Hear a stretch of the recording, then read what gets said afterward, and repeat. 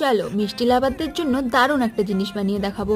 সবার প্রথমে চালের গুঁড়োর মধ্যে কিছুটা পরিমাণ দুধ নিয়ে চালের গুঁড়োটা দুধের সাথে ভালো করে মিশিয়ে নিতে হবে, আর এমন করে মেশাতে হবে যাতে একটাও দানা না থাকে। তারপর কিছুটা পরিমাণ গরম জলের মধ্যে 2 চামচ দুধ পাউডার নিয়ে এটাকেও ভালো করে মিশিয়ে নিতে হবে। দেন একটা কড়াইয়ে কিছুটা পরিমাণ দুধ নিয়ে দুধটাকে ভালো করে ফুটিয়ে সেই মেশানো চালের গুঁড়ো আর মেশানো দুধটা এর মধ্যে দিয়ে ভালো করে নেড়ে চেড়ে নিতে হবে।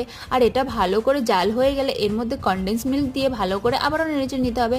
তারপর 2 চামচ চিনি দিয়ে চিনিটাও ভালো করে এর সাথে মিশিয়ে নিতে হবে, আর এমনভাবে মেশাতে হবে যাতে চিনিটা একদম গলে যায়। দেন এটা ভালো করে জাল করে নিয়ে এর মধ্যে গন্ধের জন্য 2টো এলাচ আর ফুড কালার মিশিয়ে নেব। আর ফুড কালারটা কিন্তু অপশনাল, তোমাদের মন না চাইলে মেশাবে না। তারপর ভালো করে মিশিয়ে নিলেই কিন্তু আমাদের ফিরনি একদম রেডি। দেন মাটির পাত্রের মধ্যে ফিরনিটাকে ঢেলে উপর দিয়ে 2টো কিশমিশ দিয়ে 3 ঘন্টার জন্য ফ্রিজে সেট হতে রেখে দেবো। তারপর ঠান্ডা ঠান্ডা সার্ভ করে নেবো। আমার ভিডিওটি ভালো লাগলে ভিডিওতে লাইক আর চ্যানেলটি সাবস্ক্রাইব করে দিবে। Thanks for watching.